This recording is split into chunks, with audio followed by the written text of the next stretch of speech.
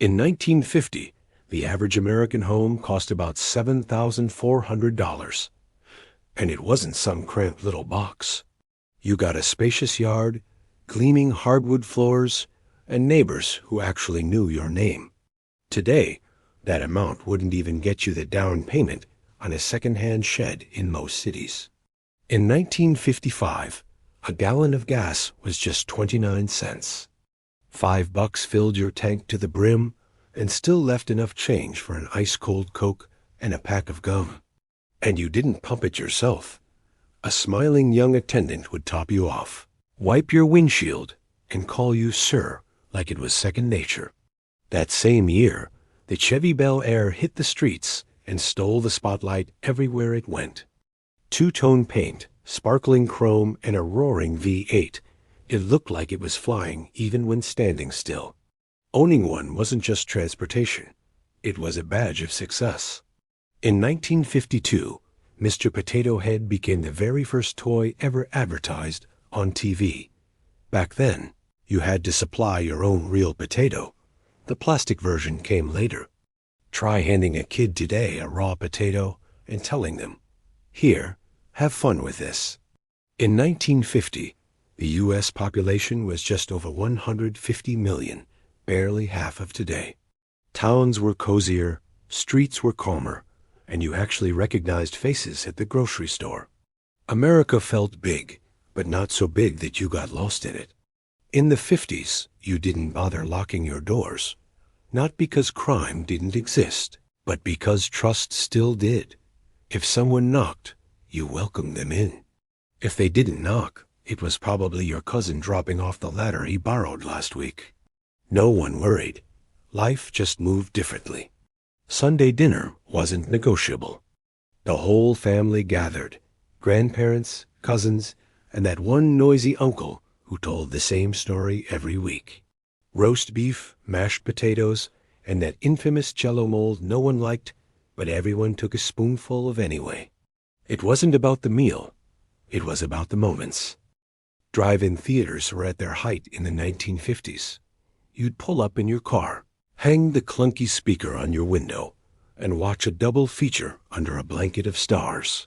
If you were lucky, the popcorn from the snack bar wasn't burnt. And maybe, just maybe, she'd reach over and hold your hand. The TV dinner made its debut in 1953. It came in a shiny foil tray, cost 98 cents, and promised a full meal with 0 dishes to wash. Families loved it, and no one called it processed food back then. It was just convenient and a little exciting. In 1954, the first color TV hit the market, but at about $1,000, nearly $10,000 in today, S-money, it was a luxury. Most households stuck with black and white sets. And when someone in the neighborhood finally got a color TV, half the block would show up to watch. The interstate highway system didn't exist until President Eisenhower signed it into law in 1956. Before that, road trips were a real gamble. You needed paper maps, spare tires, and a good dose of patience. And if your car broke down in the middle of nowhere, you'd better hope you packed sandwiches. In 1954, Elvis Presley released his first single, "That's All Right." At the time, some people thought his moves were downright scandalous. Too much hip, not enough gospel. For teenagers, Elvis wasn't just a singer. He was a jolt of pure energy. Every song, every hip shake, felt like it was rewriting the rules of the country, one vinyl at a time. Back then, milk came in glass bottles, set on your doorstep by the milkman before the sun was even up. You'd hear the gentle clink of glass and know the day had officially started. If you were lucky, Mom let you peel off the little paper lid before breakfast. Every kid either owned a shiny red radio flyer wagon or had it at the top of their wish list. It hauled everything: toys, pets, groceries, even siblings. When it rained, you'd flip it upside down, and it became a pirate ship, a secret fort, or a turtle shell. The only upgrade you needed was your imagination. Most American families had just one car, one TV, and one bathroom, and somehow that was enough. Brothers and sisters argued over the remote, which was really the TV dial, and taking turns wasn't a choice. It was just part of growing up. In 1950, the average annual salary was about $3,200.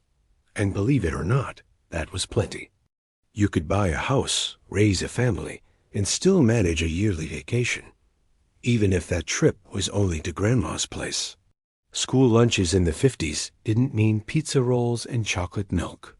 You got meatloaf, peas, a scoop of mashed potatoes, and a small carton of milk. And you ate it without fuss, mostly because the lunch lady looked like she could lift a sack of flour with one hand.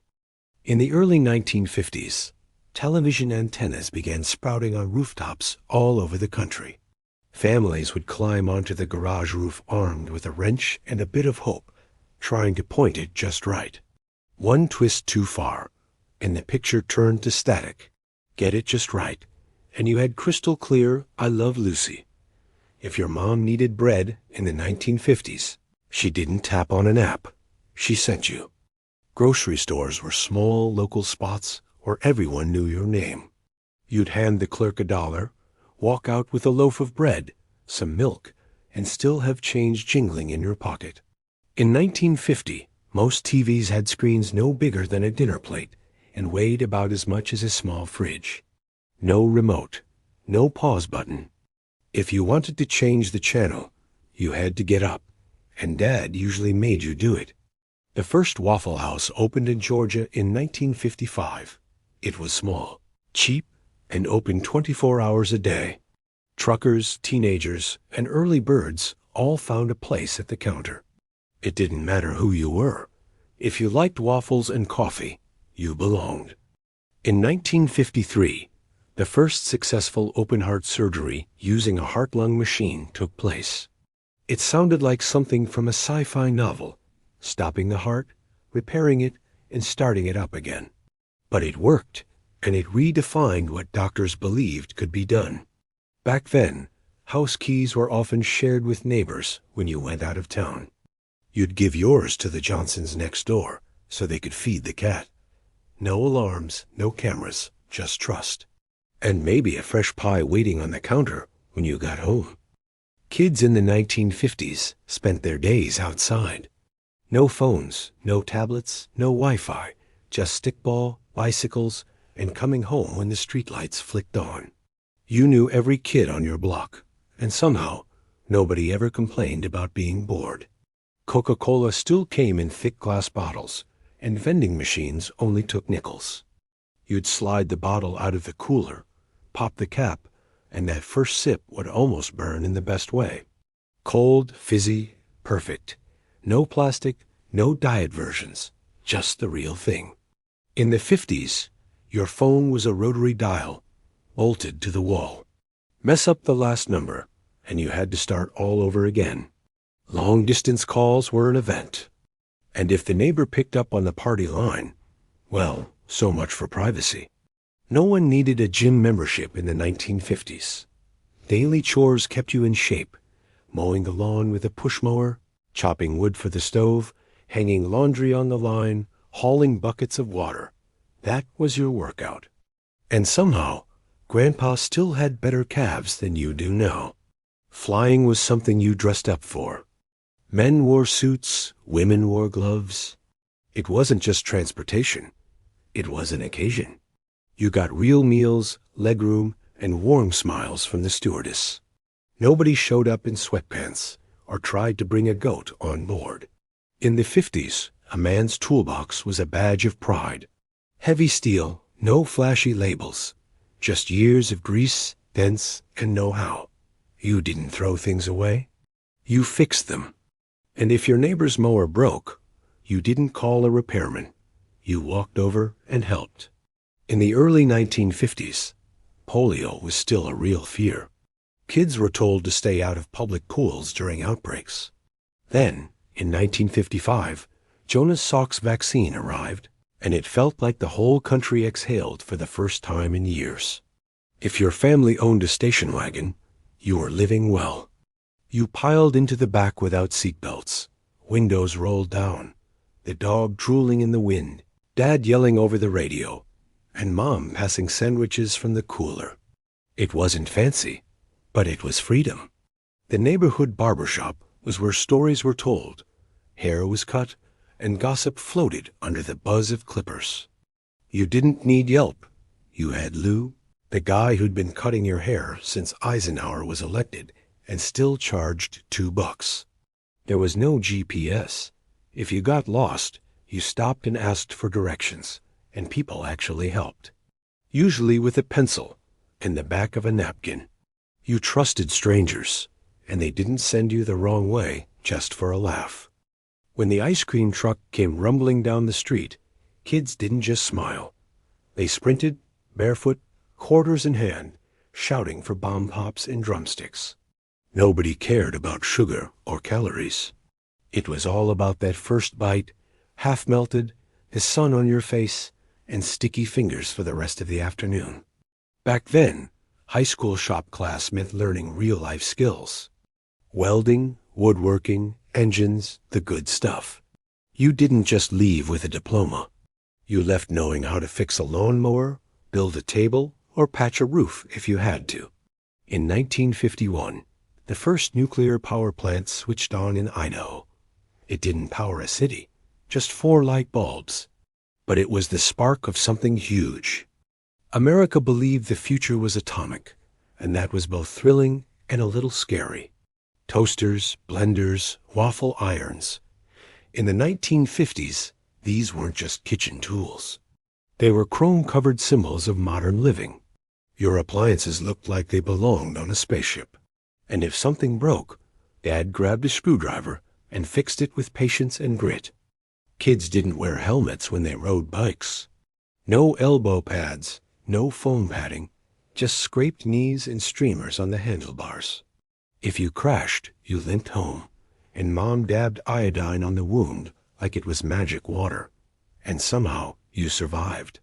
Television signed off at night. Around midnight, the national anthem played, the screen went black, and static took over. No late-night shows, no infomercials. That was your cue to turn it off. Or risk Dad waking up and yelling, "Turn that thing off." In the 1950s, car keys were optional. Some pickups didn't even have door locks. You parked, tucked the keys under the visor, and no one touched it. Today you need a password to start a microwave. Back then, trust was stronger than tech. If you got sick in the 50s, you didn't search symptoms online. You called the family doctor, and he showed up at your house with a black bag, a thermometer, and a calm voice that instantly made you feel better. Penny candy actually cost a penny. Tootsie Rolls, Mary Janes, bubble gum, all lined up in glass jars behind the counter. 5 cents made you feel like royalty. It wasn't just about the sugar. It was about the thrill of choosing. At home, the thermostat didn't change much. You wore a sweater in winter, opened a window in summer, and complained exactly once before Dad said, "It builds character." And you believed him because you didn't want to be called soft in front of your siblings. Sunday morning radio was for gospel music and the news. No scrolling, no playlists, just voices on the air and the sound of bacon sizzling in the kitchen. Dad read the paper, Mom poured coffee, and the world felt slow in the best way possible. In the 1950s, most milk, butter, and meat came from nearby farms. Grocery stores didn't offer 20 brands of everything, just one that worked. Nobody asked if food was organic. It simply was. Cigarette ads were everywhere. On TV, in magazines, even in the doctor's office. Some brands claimed they were good for digestion. It sounds wild now, but back then, lighting up was just part of life. Even your boss smoked at his desk. Kids respected their teachers, or at least feared the ruler. Discipline wasn't negotiable. You stood when called on, said, "Yes, ma'am," and kept your mouth shut unless you wanted trouble. You didn't throw things away. You fixed them. Radios got new tubes, shoes got new soles, toasters got rewired. Keeping things running wasn't about being cheap. It was about knowing how. When something finally broke beyond repair, you felt its loss. A man with a briefcase and a hat was part of the morning landscape. He kissed his wife goodbye, caught the 8:15 train, and worked downtown. It wasn't glamorous, but it was steady. And every evening he came home like clockwork, tired but proud. The Jell-O salad had its moment of glory. Lime gelatin with cottage cheese, fruit suspended like it defied gravity, maybe some shredded carrots for texture. Nobody really liked it, but everyone took a spoonful out of tradition. When neighbors had a new baby, the whole street showed up with casseroles and a hand-me-down crib. No baby registries, no online wish lists, just neighbors and friends helping each other. The new dad was expected to hand out cigars, and the new mom didn't step outside for at least a week. Roller skates had metal wheels that roared like thunder on the pavement. You tightened them with a skate key that hung from a string around your neck. If the toe clip snapped mid-ride, you walked home barefoot, socks stained with blood, still grinning the whole way. Every diner had a jukebox, either tucked into the booth or standing by the door. Drop in a dime, punch in a number, and watch the gears whir to life. Chuck Berry, Patsy Cline, or Buddy Holly would crackle through the speakers, and suddenly everyone at the table went quiet to listen. Paperboys were the definition of hustle.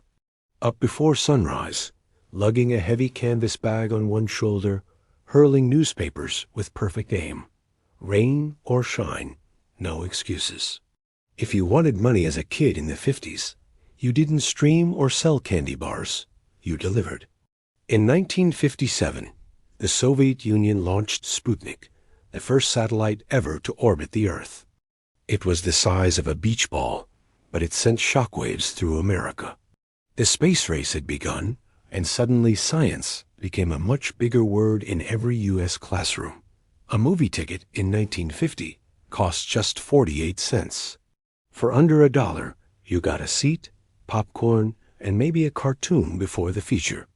No pre-booking, no scrolling through trailers. You just showed up, picked whatever was playing, and it was almost always worth it. In 1953, Watson and Crick revealed the double helix structure of DNA. Most people had no idea what it meant, but it would eventually change medicine, science, and even criminal investigations. Back then, it was just a strange diagram in a science journal. A brand new Ford F-100 in the early 1950s cost under $1,500. No touchscreens, no Bluetooth, just solid steel, an AM radio, and a bench seat wide enough for 3 grown men and a dog. If something broke, you fixed it yourself. The Korean War began in 1950 and ended in 1953. Over 1.7 million Americans served. It didn't get the same attention as World War II, but it left a mark on countless families. For many veterans, it was a cold, brutal fight they rarely spoke of afterward. Most American homes in the 1950s didn't have air conditioning. You stayed cool with a fan, a tall glass of lemonade, and maybe a nap on the porch. If it got really hot, you slept in the basement. Nobody complained. It was just summer. Marilyn Monroe wasn't just a movie star. She was the movie star. In 1955, she started her own production company, almost unheard of for a woman at the time. To some, she was a blonde bombshell. Behind the scenes, she was sharp, ambitious, and refused to play by Hollywood's rules. Most homes had just one bathroom, often painted in pastel pink, mint green, or baby blue. The toilet, the tub, and the tiles all matched. If you had 3 kids to bathe, it was a military operation. Oldest first, youngest last, same water for all. In 1958, the microchip was invented. At the time, no one outside a lab paid much attention, but it would lay the foundation for computers, cell phones, and nearly everything we use today. Back then, people were still more impressed by automatic garage doors. American Bandstand went national in 1957, hosted by clean-cut Dick Clark. Teens in saddle shoes and poodle skirts danced while parents frowned from the kitchen doorway. It wasn't just a TV show. It defined what cool looked like across the country.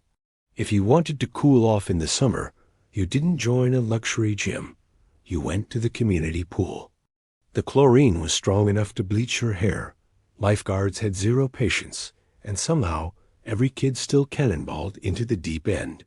In 1958, the hula hoop hit store shelves and sold 25 million units in just 4 months. Kids spun them in driveways, schoolyards, and parks until they were dizzy. Neighborhood contests popped up overnight, and parents secretly tried them after dark, usually pulling a muscle in the process. Homemade ice cream wasn't just dessert. It was a summer ritual.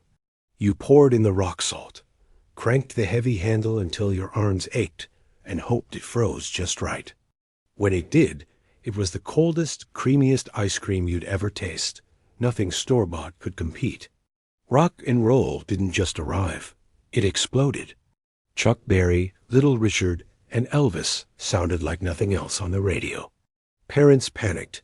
Preachers warned against it, and teenagers? They turned it up louder. For the first time, music felt dangerous and fun. Furniture shopping wasn't done online. You went to the local department store, tested every couch, and probably got offered a cup of coffee. The salesman lived a few streets away, and if something broke, he came over to fix it. McDonald's had just begun franchising in the 1950s. The menu had 9 items, including a 15-cent hamburger and 10-cent fries. No apps, no delivery. You walked up to the window, paid in coins, and ate your burger on the hood of your car. And it was perfect. House calls from salesmen were just part of everyday life. Vacuums, encyclopedias, brushes, you name it. Salesmen wore suits, flashed big smiles, and gave live demonstrations right in your living room. Sometimes Mom bought something. Sometimes she didn't, but she always offered them coffee. It was just the polite thing to do. In 1959, Hawaii became the 50th state. For many Americans, it felt like another world. Beaches, volcanoes, hula skirts. Postcards from paradise started showing up in mailboxes everywhere. It was America's newest state, and suddenly, everyone wanted to go. Typewriters clacked away in offices, classrooms, and home studies.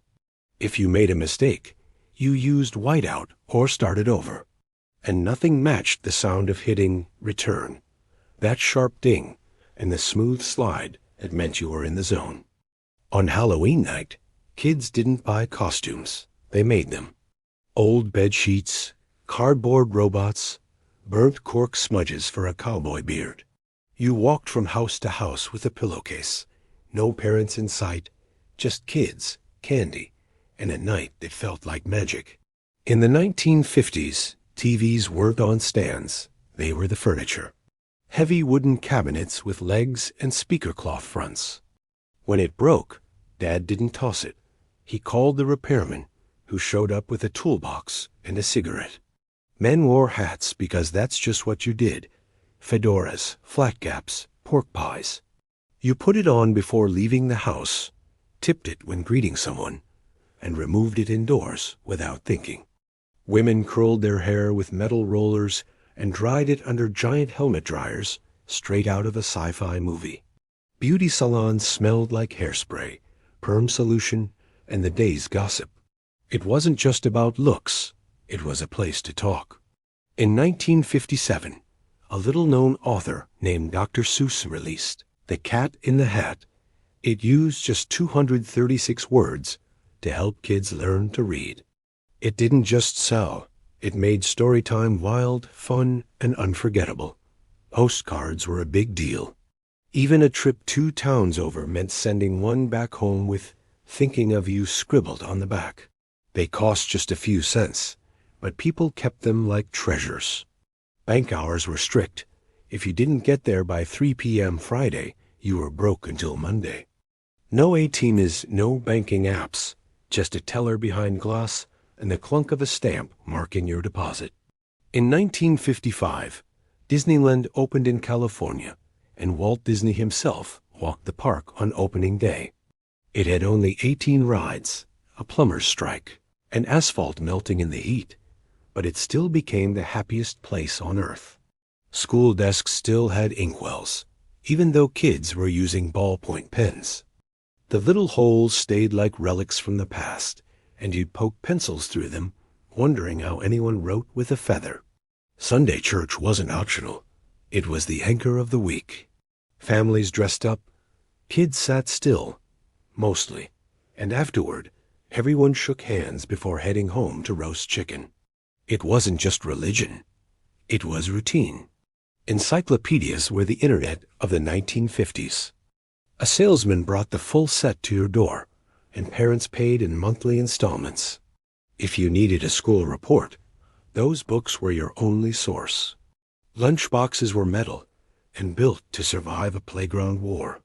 They had Roy Rogers, Hopalong Cassidy, or Howdy Doody on the side, and inside was a bologna sandwich, an apple, and maybe a thermos of milk. Nobody traded lunches unless Oreos were involved. The first modern credit card, Diners Club, launched in 1950. It started for businessmen to pay for meals without cash. By the end of the decade, more people signed up, and many forgot to read the fine print. In 1951, the first coast-to-coast live TV broadcast aired. President Truman spoke from the White House, and the entire country watched at the same time. One screen, one nation, one shared moment. Yard games were everywhere. Horseshoes, jacks, marbles, jump rope, and lawn darts made of real metal. No instructions needed. Kids made the rules and played until dark. Canned food was king. Spam, condensed soup, fruit cocktail with one lonely cherry. Pantries were stocked like mini fallout shelters.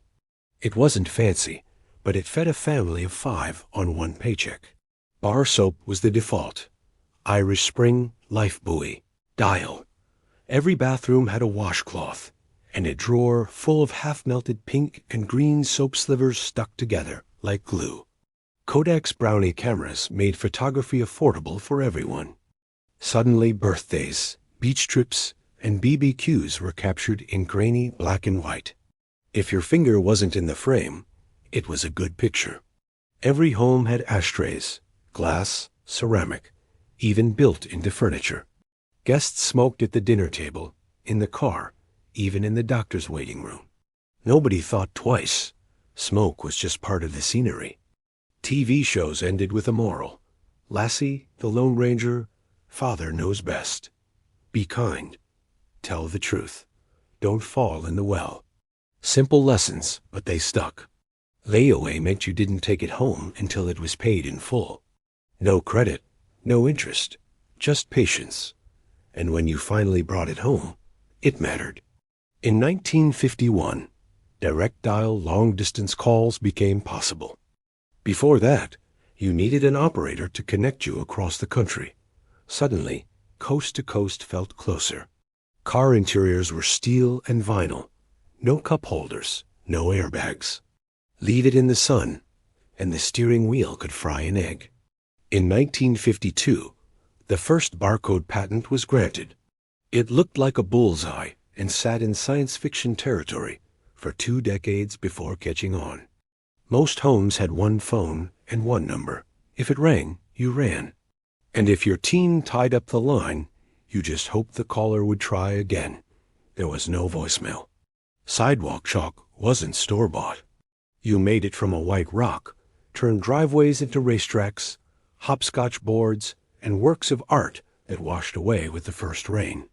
Every town had a soda fountain or lunch counter. You sat on a red stool, ordered a cherry coke or grilled cheese, and spun around while the waitress yelled your name like she'd known you forever, because she probably had.